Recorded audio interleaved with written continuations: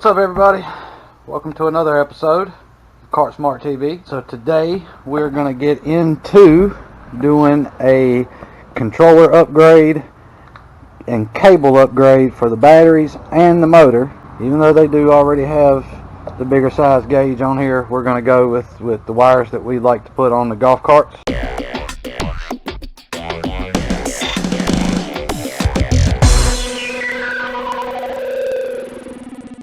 Now we are working with a 05 TXT that is a PDS, and an easy way to tell if you got a PDS is if you have the forward and reverse switch on your dash.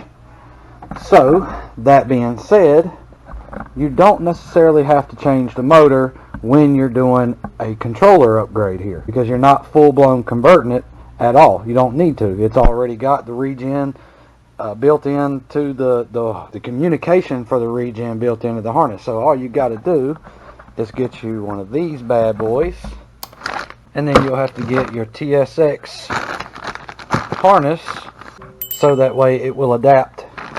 Right here is where you'll plug in the golf cart harness to, and then you'll plug this into the controller, and then the controller will do everything else for you. So that's what we're gonna get going on, guys. Stick around. Alright guys, so we're going to get started by taking the power off the battery pack. You can do that two ways.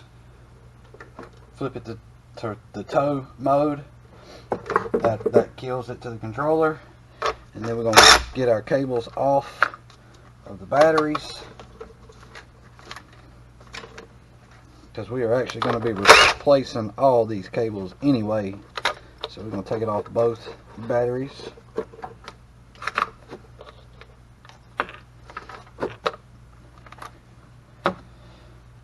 And then you just start disassembling, starting with your tow run switch here. The old cover will come off. It does have 4 bolts, 2 in the top, 2 in the bottom. Of course, somebody's already taken them out here. You got one that's already in the screw hole that it belongs in, so I'm gonna take it and get it out the way. Somebody's broke one off over here. It's a whole different story. Alright, so somebody has put what we would call a chip, which it's not a chip, but it's like more of a looper. What it does is open up the controller to give you either more torque, more speed, or better mid-range. Just depends on which color you buy. That's null and void here. You'll no longer need that. I'll unplug the main harness. Take our forward and reverse wires off of the controller, and we just need to get these 3 off.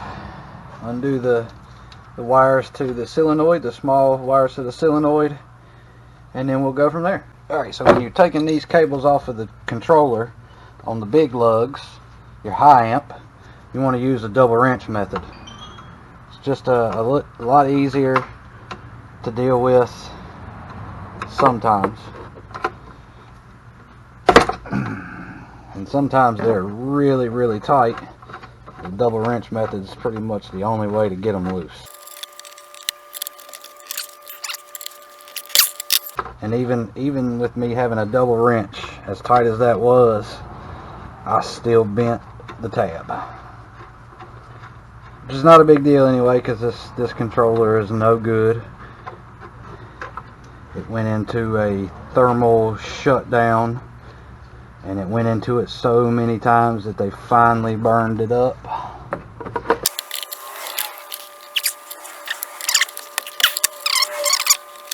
Okay, got them out of our way. Now we're going to get the small wires off the solenoid.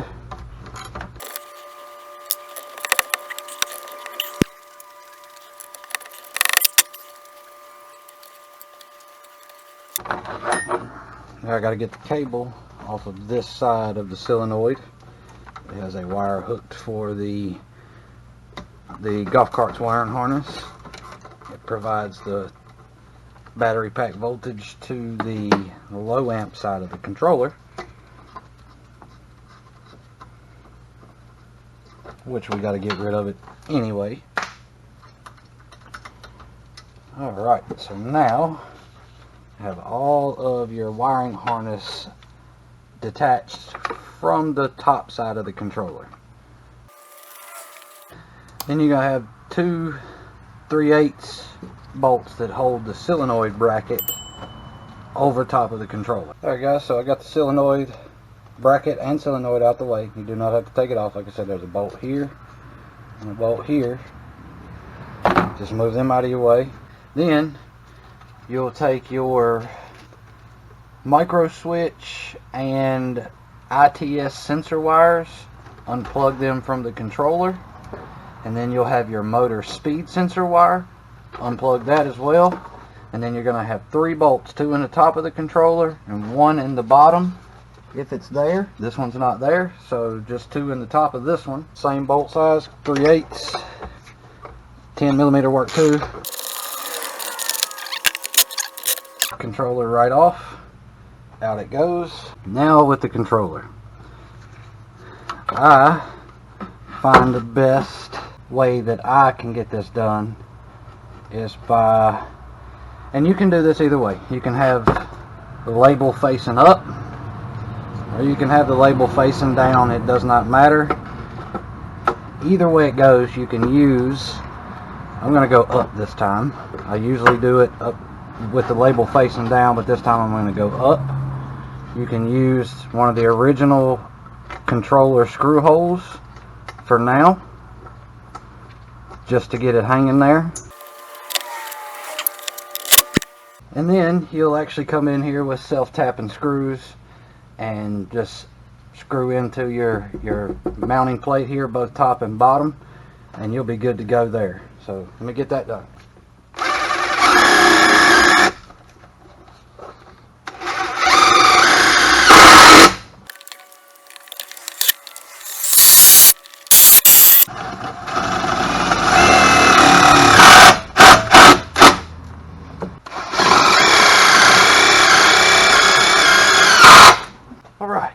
Screws holding it down. Got to cut some zip ties in here and move a few things out of the way so that we can get our old cables out of the way and get our new ones ran. Right, so now I got to get the ones off the motor. I'm gonna get that knocked out. Pull them out of the system here. All right, guys. So I've got all my cables ran. The 2 that go to the back of the big cables that come from the controller that go to the back to the motor. I got my solenoid and everything set up right here. I got the cables run from the solenoid to the controller, and then for the batteries I got them hooked up ready to go. And we're gonna move on to getting the wiring harness hooked up now, and then we'll get our forward and reverse wires hooked up to our controller. Alright guys, so we are going to finish this up here with battery cables. Yes, there are battery cables on it now, but we're going to remove all of them, put the new set on here. That way it's a whole matching cable set. Alright guys, got our battery cables installed. We got our main power cables installed to the system.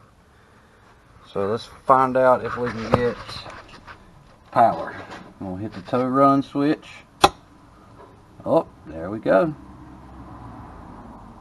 Okay, got green flashing lights on the LED. Cut the key switch on. Stayed solid. Means it's in ready mode. All right. We have movement. Okay guys, so I'm gonna button this up and put a few zip ties on here to tidy this area all up, and then we'll come back with a recap, guys. Stay with me. Alright guys, quick recap. Initially the cart got brought in for a thermal cutout going on in the original controller, and got to the point where it just failed on the customer. And the customer had already purchased the motor that was needed for upgrade in that area before, and so we was able to get him just what we needed for the controller and the TSX module, solenoid, and of course this was a PDS, so it's already got its forward and reverse here on the dash as normal. And we installed all this upgrade for him, and now it's about time for us to take it for a spin and see what it'll do.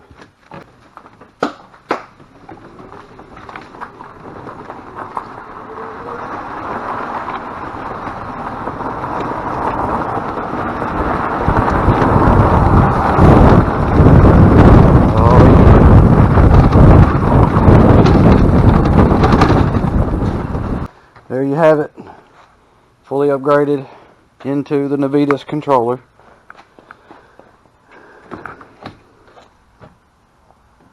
And so this customer should have no issues whatsoever from here on out. As always, guys, we appreciate you watching. Hopefully these videos will help you guys out. You know, if you're looking to upgrade, you can check out our videos, even reach out to us if you have any questions about it, and we'll get you squared away with what you need. And even for the ones that don't have the PDS style cart, you can still do this same thing. The only thing you have to do is add a motor, and we can get you squared away with that too. It is a night and day difference between the old stuff they put in and this new technology coming out. Don't forget to like, comment, subscribe, guys. As always, thank you for watching, and God bless.